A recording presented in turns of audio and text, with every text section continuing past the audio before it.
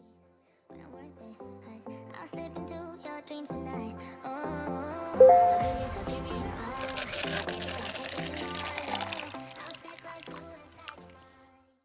Okay, so basically, me and Taz are clearly the most immature people on this planet because we thought it would be absolutely hilarious to do some would you rather polls on our Instagram story. So let's just get straight into it because honestly, they are just hilarious, and I am dying to just like hear your reaction, Taz, and then also to look at the results from our listeners. So the first would you rather lecture students in your underwear or teach 2 students naked?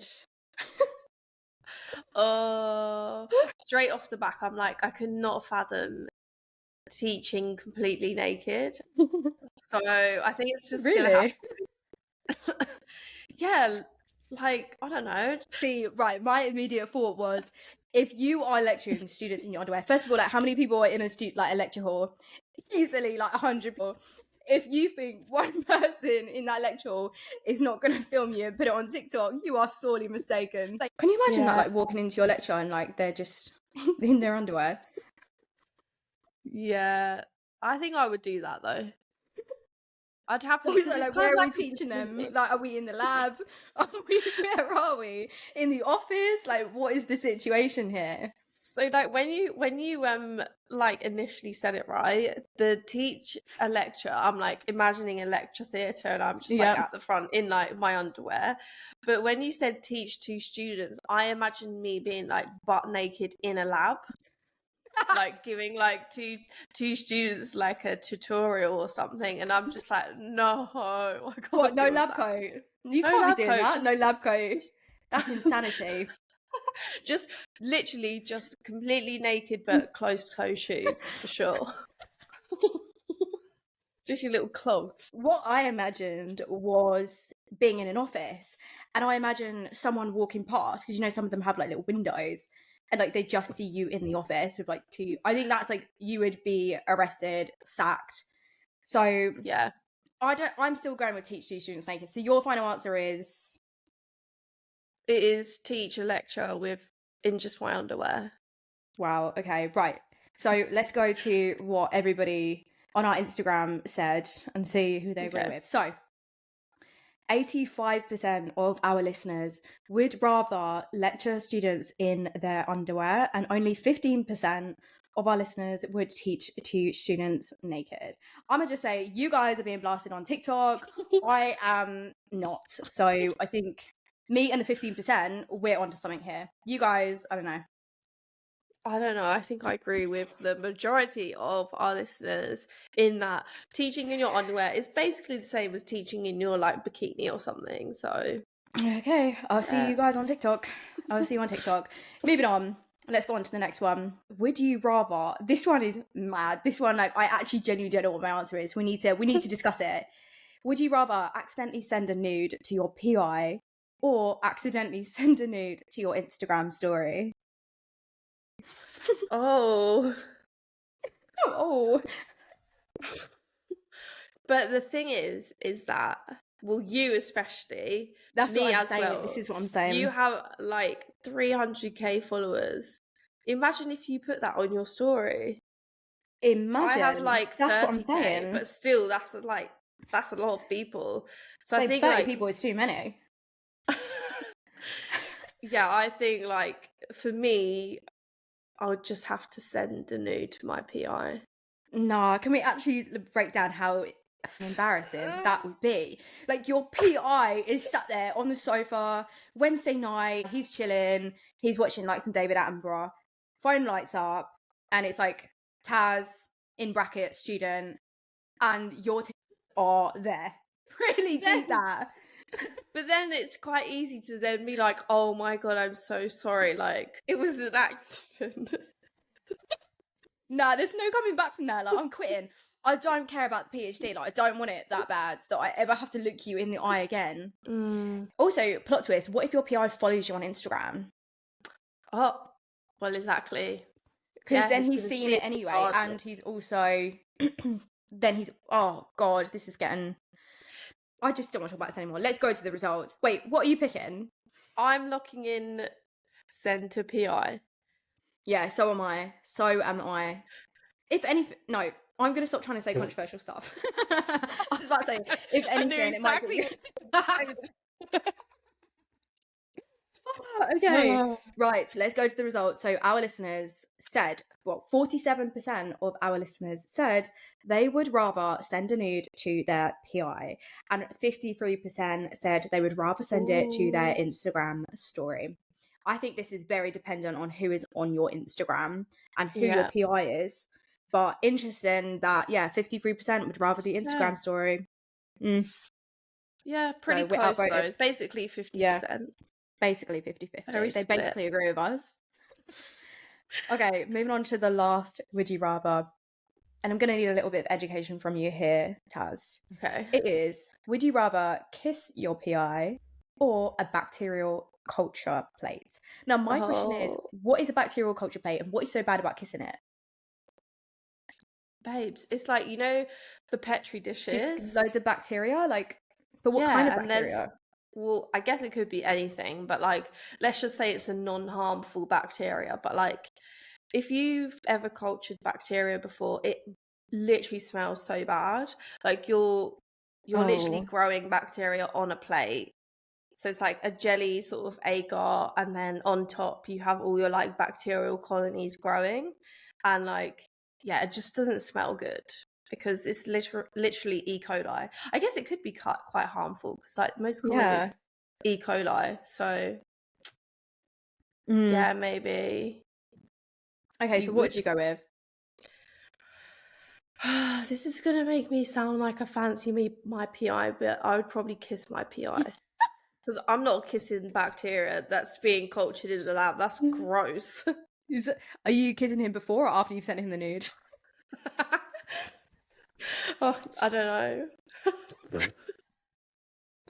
The thing is, like, listen, my PI, you know who you are, and I'm so sorry if you're listening because I know you do listen to some episodes, so I do apologize for this. And I will be picking the bacterial culture plate. Like, I do not care if I get ill. Like, I am pissed. I am picking the bacterial culture plate. Oh, is that really bad idea? Because I don't even know. Because if it smells, I will literally like get like something that smells good, and I'll smell that as I kiss it. So it's like I'm not smelling the smell. Maybe. Yeah. But then you're just gonna have like bacterial colonies on your like. Oh, Ugh. oh. Well, Imagine we if did you have actually lip get a gloss on it. It's question. like sticks. Yeah, but then you just wipe it off. Just whoop off. We Okay. did actually get a question from one of our listeners who requires a bit more clarification. She said, is it like a proper snog with tongues, or is With it tongue off. just a kiss on the lips for your PI? And I just said it's just a kiss because I wouldn't expect you to snog a cell culture plate. So it's got to be equal here. We've got to be true Mhm. scientists, and So just a little it's peck.